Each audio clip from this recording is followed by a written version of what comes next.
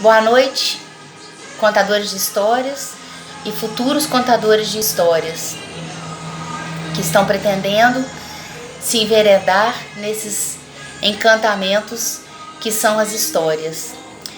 O que a gente deve pensar antes da escolha de uma história? Em primeiro lugar, é claro, você tem que ter identidade com aquela história, você tem que gostar daquela história. Por quê? Contar uma história que você não gosta, que não te toca, que não te diz nada, é muito ruim. Você vai passar isso para o seu público vai perceber isso é muito ruim. Então, de preferência, escolha uma história que faz parte da sua vida ou que é a respeito de um tema que lhe agrade, que é prazeroso para você. O segundo item que se deve observar na escolha de uma história é o seu público-alvo. Você não pode contar, por exemplo, histórias de terror para crianças muito pequenas, porque elas vão se assustar. Então, você tem que ter o prévio conhecimento do seu público-alvo para saber que tipo de história você vai contar, né? E muito importante, no público-alvo, é claro, é a faixa etária. Existem histórias que se encaixam perfeitamente em várias faixas etárias. Você pode contar desde para crianças muito pequenas, de 3 anos, até para adultos.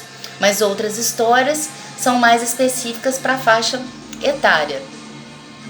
Esse público também, além da faixa etária, você deve pensar no nível de entendimento desse público, né? Por exemplo, se você for contar para um grupo de idosos, você não pode, a história não pode ser muito complexa, porque você corre o risco deles não entenderem. Ou para crianças muito novas, também não. Mas então isso também vai estar de frente com a faixa etária, certo? Outra item a se observar é o tempo. Aonde você vai contar a história, qual que é o tempo que está colocado para você.